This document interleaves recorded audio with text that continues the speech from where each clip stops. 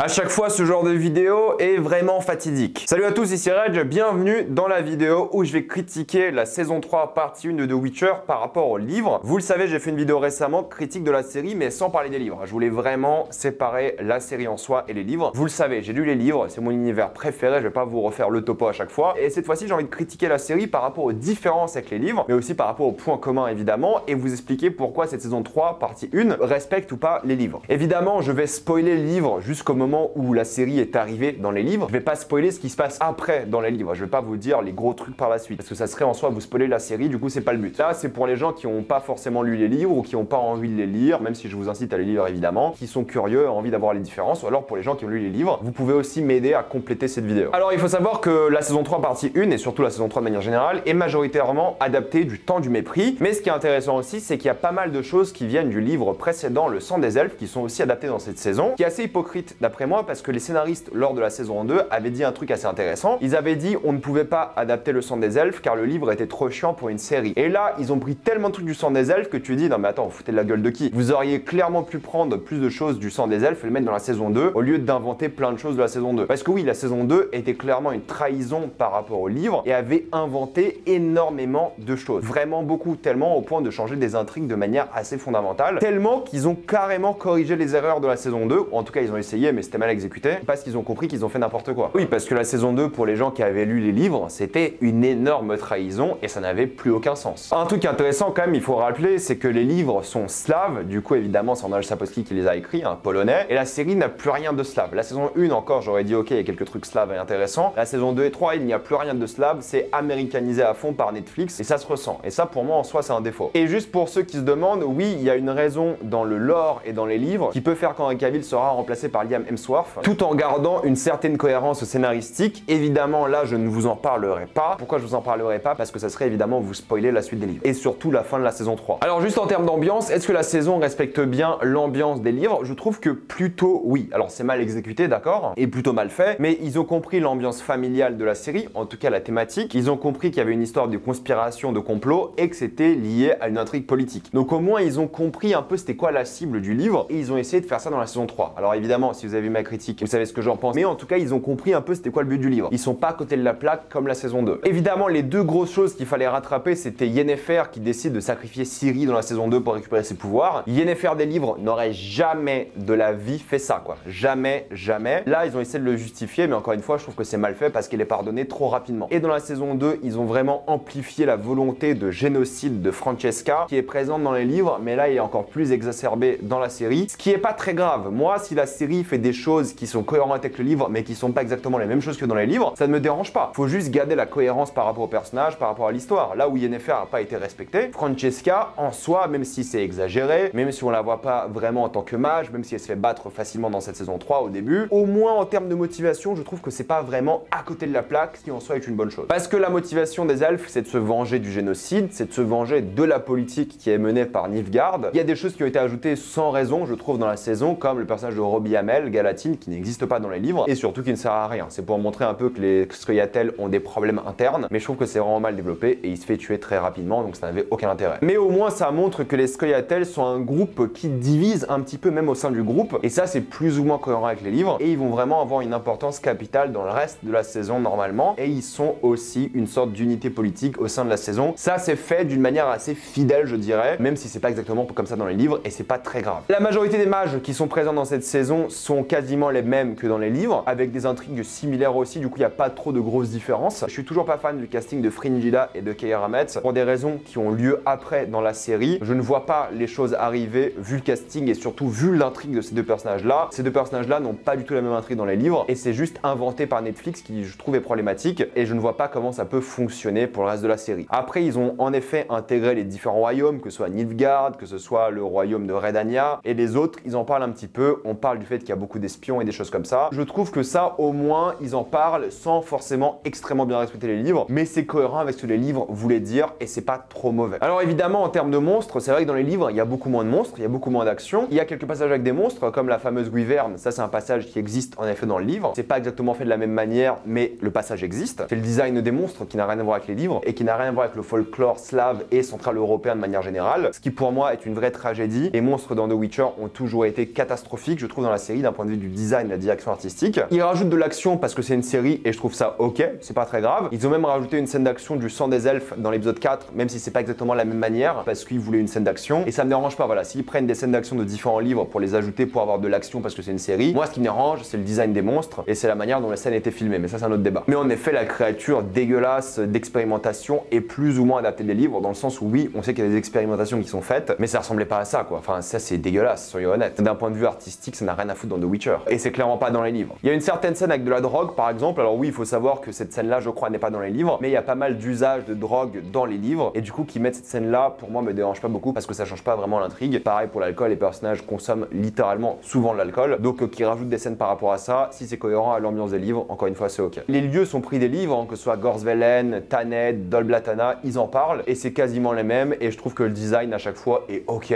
On va pas se prendre la tête avec ça, c'est plutôt bien fait. Même si certains personnages sont ajoutés à des endroits où ils n'auraient pas dû être, c'est pas ce qui est le plus dérangeant et ils parlent des fameux lieux des livres en les respectant plutôt bien. Toute l'histoire des monolithes, ça n'existe pas dans le livre, ça a été ajouté dans la saison 2 et même un petit peu évoqué dans la saison 3, mais tu vois qu'ils regrettent et du coup ils en parleront plus par la suite, j'imagine, des monolithes, ou très peu, parce que c'est une idée à la con, soyons honnêtes, et elle n'existe pas dans les livres, tout simplement. Cahir est bien plus méchant dans la série qu'il est dans les livres. Cahir, c'est l'un des personnages les plus appréciés par les fans des livres. Dans la série, je trouve que c'est l'un des personnages les moins intéressants parce qu'ils l'ont rendu trop méchant, mais il aura une importance capitale de plus en plus dans la série. Je vais pas vous évoquer pourquoi et comment, mais je pense qu'ils vont réussir la suite de son personnage, en tout cas de son arc, même si pour l'instant je trouve que c'est pas réussi parce qu'ils l'ont rendu trop manichéen, ce qui n'est pas le cas dans les livres. Cahir, c'est un personnage bien plus complexe dans les livres et pour l'instant je trouve qu'ils l'ont pas très bien respecté. Rience, ils ont fait quelques modifications par rapport à la saison 2, déjà le casting, c'est pas le même acteur, mais je trouve qu'ils ont fait des modifications intéressantes par rapport à qui il est. En tout cas dans les livres, c'est un bien plus gros lâche qu'il était dans la saison 2. Dans la saison 2, c'était un badass avec du feu, là il est bien plus lâche et bien plus faible et c'est plus cohérent. Les deux versions me dérangeaient pas en soi, je trouve que ça marchait bien dans la série dans les deux versions et là ça marche aussi et c'est plutôt bien foutu, donc là ça me dérange pas vraiment. Et oui, en effet, Rience tue bien Codringer dans la série et dans les livres. La grosse différence qui est, je trouve, un choix plus ou moins intéressant dans la série, c'est le fait que Tissaia est amoureuse de Vilgefortz. Ça c'est intéressant parce que Tissaia dans les livres est un personnage qui est beaucoup moins présent. Oui, c'est la mentor de Yennefer, mais elle est pas autant présente que dans la saison 1 et 2. Dans les livres, elle a presque un rôle anecdotique. Là, le fait de la rendre amoureuse de Vilgefortz, c'est intéressant par rapport à ce qui se passe par la suite. Encore une fois, je vais pas rentrer dans les détails, mais je trouve que du coup, ils ont fait un choix intéressant parce que ça va améliorer la manière dont son arc continue. Et si cette relation n'était pas établie entre les deux, je pense que son personnage aurait eu un arc moins intéressant dans la série. Mais si on parle de mage, c'est vrai que Stregobor est beaucoup moins présent dans les livres, mais c'est pas grave parce que je trouve qu'ils l'ont bien utilisé dans le sens où Stregobor n'est pas vraiment le méchant et c'est juste pour surprendre les gens qui n'ont pas lu les livres, qui pensent depuis le début que c'est Stregobor le méchant alors que c'est Vilgefortz. Dijkstra et Philippa, je trouve qu'ils sont plutôt fidèles au livre dans l'ambiance, dans les personnages. Alors je comprends pas trop le délire sexuel de Dijkstra. Alors oui, ils ont eu une relation auparavant dans les livres. Je sais pas combien de temps elle a duré, mais ils avaient un truc à un moment. Mis à part le désir sexuel, je trouve que c'est un peu étrange et je trouve intéressant, chose qui n'est pas présente dans les livres, de tuer la femme de Vizimir parce que ça montre que c'est eux qui dominent Reladania depuis le début et ça je trouve ça cool. C'est pas fait de la même manière dans les livres, c'est fait en amont dans la série par rapport à ce qui se passe dans les livres, mais c'est pas mauvais et je trouve ça assez intéressant et c'est un changement de scénario que je trouve même logique, qui est peut-être, faudra voir comment ça se fait par la suite, une amélioration par rapport au livre. Après il y a plein de personnages qui interviennent, qui sont plus ou moins intéressants. Yarpen, il est présent plus ou moins dans les livres, pas forcément de la même manière dans la série, mais c'est pas grave. Je trouve que c'est plutôt bien fait aussi et c'est toujours cool de revoir Yarpen et je trouve que le choix de casting est bien et il est plutôt bien écrit aussi dans la série. En tout cas, il est fidèle au livre. Il y a ce clin d'œil au professeur, surtout que les gens connaissent des jeux, qui a un rôle vraiment inexistant dans les livres. Du coup, bah c'est un clin d'œil plus qu'autre chose dans la série. Là où il y a quand même une grosse modification, c'est par rapport à Jaskier. Jaskier est en effet un espion dans les livres et dans la série, ça c'est ok. Il y a une scène culte dans les livres qui est reproduite ici où il se fait virer de la maison de quelqu'un, ça c'est cool aussi, c'est un beau clin d'œil au livre. Mais la grosse différence vient par le fait que Jaskier n'est pas bisexuel dans les livres. Je pense que dans les livres, il serait ce qu'on pourrait appeler pansexuel, mais tu ne le vois jamais avoir une relation amoureuse avec un homme dans les livres. C'est la grosse différence et c'est là que tu sens l'agenda Netflix plus qu'autre chose. Ça et par rapport au casting de couleur qui est évidemment moins slave et plus américanisé, avec des personnes d'origine différentes dans tous les choix de casting, mais ça c'est pas très grave à la limite, mais c'est pas dans les livres, soyons honnêtes. Et Jaskier n'est pas gay, et ça à la limite qu'il soit gay ou pas dans la série, c'est pas très grave, mais je trouve que ça gâche un peu son image dans le sens où Jaskier a toujours soutenu tout le monde, parce que Jaskier, comme ils le disent dans la série et comme c'est dit dans les livres, voit l'honnêteté des gens, voit qui ils sont réellement, voit leur cœur. Et je trouve que Jaskier avait plutôt ce rôle de soutien des gens, peu importe qui ils étaient. Et là, je trouve que le rendre bisexuel ou pansexuel, peu importe, ça enlève un aspect qui était de soutien et qui le rend presque d'opportuniste de tomber amoureux des gens. Dites-moi sur tous les personnes LGBT ce que vous en pensez. Honnêtement, c'est pas fidèle au livre, d'accord, mais c'est pas un choix choix qu'ils ont extrêmement mal fait, je trouve, dans la série. Là où c'est incohérent de fou, par contre, c'est qu'il tombe amoureux de Radovid. Radovid qui dans les livres a genre 9-10 ans, je crois. Et surtout, il n'est pas le frère de Vizimir, mais son fils. Et c'est cohérent par rapport à la suite. Ça ne va pas changer grand chose, mais je trouve que Radovid a uniquement été ajouté là pour rendre Yaski bisexuel. Et là, ça me dérange. Parce que sinon, Radovid n'a aucune utilité dans les livres et n'a aucune utilité dans la série, mis à part cette relation amoureuse. Là, ça me dérange parce que je vois l'agenda de Netflix plus qu'autre chose, parce que cette intrigue n'existe pas dans le livre et n'a aucune importance. Mais son amitié avec le trio de personnages est toujours aussi sincère dans les livres et il a cette belle scène justement où il imite le trio, qui est l'une des scènes qui est prise presque mot pour mot des livres et qui est juste sincère et belle, je trouve, et qu'ils ont réussi. Quand ils prennent les choses mot pour mot des livres, en général, c'est bien. Et on voit aussi son concurrent Marx qui existe en effet dans les livres. C'est pas fait de la même manière, mais il existe et c'est un clin d'œil plus qu'autre chose. Alors, comme dans les livres, Geralt mène l'enquête pour trouver exactement qui est derrière tout ça et qui recherche Ciri. La présence de la mère de Geralt, ou en tout cas la manière dont il en parle, est beaucoup moins existante dans l'œuvre originale. C'est pas en soi un problème ici, mais j'ai toujours pas compris à quoi ça sert dans le scénario. Vraiment, je comprends pas. On a compris, le pauvre Geralt a été abandonné lorsqu'il était petit, mais je vois pas en quoi ça rend son personnage vraiment différent par rapport au livre et à quoi ça sert dans l'histoire de la série. Dommage, parce qu'il y avait une scène d'action qu'ils auraient pu rendre cool avec un loup-garou qu'ils l'ont même pas fait. Au moins, j'aurais accepté l'excuse en mode on rajoute des éléments par rapport à sa mère, mais en même temps on en fait une scène d'action. Ça aurait été stylé, mais c'est pas le cas. Et évidemment, si on parle de combat ou d'action, la relation qu'il a avec Istred dans la série n'existe pas dans les livres. Ils ont une sorte de combat à un moment, entre guillemets, de combat dans les livres, mais Istred n'apparaît que genre dans 2 chapitres des livres et on ne le revoit plus jamais après. Ce qui n'est pas le cas dans la série où Istred est présent et sera présent, j'imagine, jusqu'à la fin. Donc tout ce qui se passe avec Istred est clairement inventé. Ce qu'ils en font pour l'instant, je trouve pas que c'est du sacrilège, mais soyons honnêtes, c'est une grosse différence parce que Istred n'est pas présent. De même pour Fake Ciri, du coup, c'est comme ça qu'on l'appelle dans les livres, fausse Ciri, peu importe. C'est pas du tout comme ça qu'elle est utilisée dans les livres. Je ne peux pas vous dire comment elle est utilisée parce que ça serait vous spoiler le reste de la série, mais il y a une grosse différence quand même qui est faite là. Au moins le personnage existe et il a une utilité, d'accord, mais ça se passe pas du tout comme ça dans les livres, mais je peux pas vous dire comment ça se passe. On en a parlé d'Yennefer, hein. Elle se fait pardonner trop facilement. L'intrigue avec Völefmer de la saison 2, où là elle a rejoint la chasse sauvage, c'est n'importe quoi, et il n'existe pas Völefmer dans les livres. C'est l'une des pires adaptations et plus grosses trahisons des livres. Et la séquence où Geralt lit la lettre Dear Friend, c'est une séquence qui est prise plus ou moins des livres. C'est pas fait de la même manière, mais je trouve qu'elle est plutôt bien faite quand même cette séquence, parce que l'objectif de la séquence est quasiment le même que dans les livres, et c'est plutôt bien adapté, tout en faisant des différences, parce que ça, une série, hein. Et quand on adapte, on peut faire des différences du moment que ça respecte le cœur de l'œuvre originale. Et là, c'est le cas. Il y a évidemment Giancarlo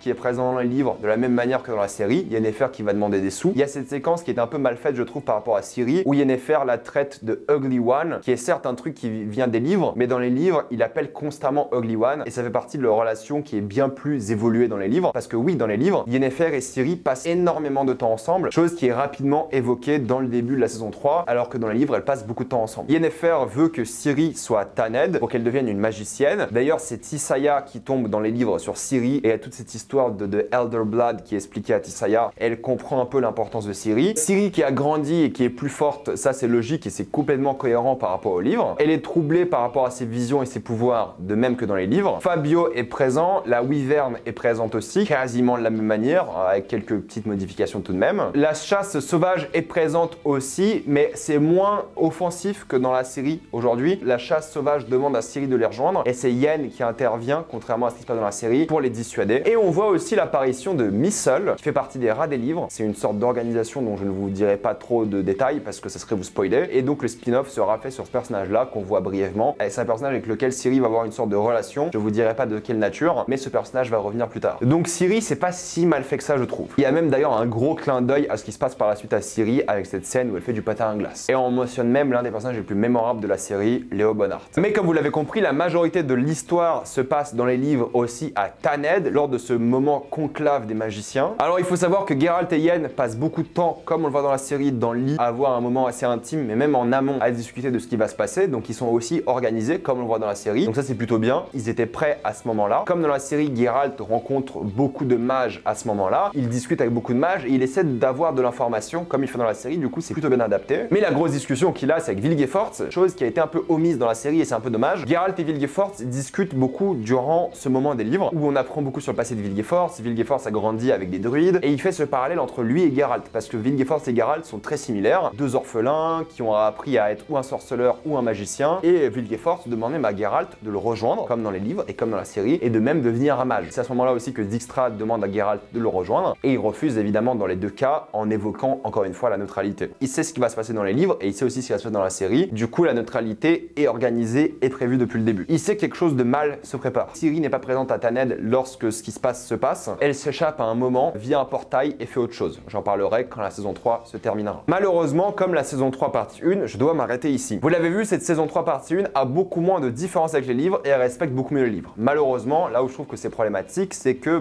c'est mal exécuté, mal écrit, mal adapté en soi, même si c'est fidèle, c'est mal adapté. En termes de rythme, enfin bref, il y a ma critique, je vais pas rentrer dans les détails. Oui, c'est plus fidèle et oui, vous comprenez un peu l'histoire de ce qui se passe dans cette saison 3 par rapport au livre, mais la qualité n'était quand même pas présente d'après moi, en tout cas pas la qualité qu'on méritait pour l'histoire qui est racontée ici. Il y a plein d'intrigues politiques, de complots et tout, et c'était vraiment mal fait dans la série. Et si vous n'avez pas lu les livres, je pense que vous pouvez vraiment être perdu. Donc j'espère que cette vidéo sur les différences vous a aidé. Je m'arrête là parce que sinon ça serait vous spoiler ce qui se passe par la suite. Il y a moyen qu'ils massacrent complètement l'adaptation dans la dernière partie de la saison 3 parce qu'il y a plein de choses assez importantes qui ont lieu, potentiellement les choses les plus importantes de l'histoire des livres. Donc on va voir comment ça va être adapté. J'ai un peu peur, c'est normal, mais on en parlera. Donc en termes d'adaptation, c'est ok, c'est juste décevant par rapport à la qualité. Pour ceux qui ont lu les livres, mettez-moi dans les commentaires si je me suis trompé ou si j'ai dit des bêtises ou si j'ai oublié quelques trucs. J'aimerais bien avoir votre avis. Pour les autres, lisez les livres, ils sont vachement bien. Mettez-moi tous les avis que vous avez dans les commentaires. Comme d'habitude, pensez à vous abonner à la chaîne pour voir les prochaines vidéos. Mettez un j'aime, ça aide beaucoup la chaîne. Suivez-moi sur tous les réseaux pour plus de débats, critiques, actualités. Et moi, je vous dis à la prochaine fois. Salut à tous.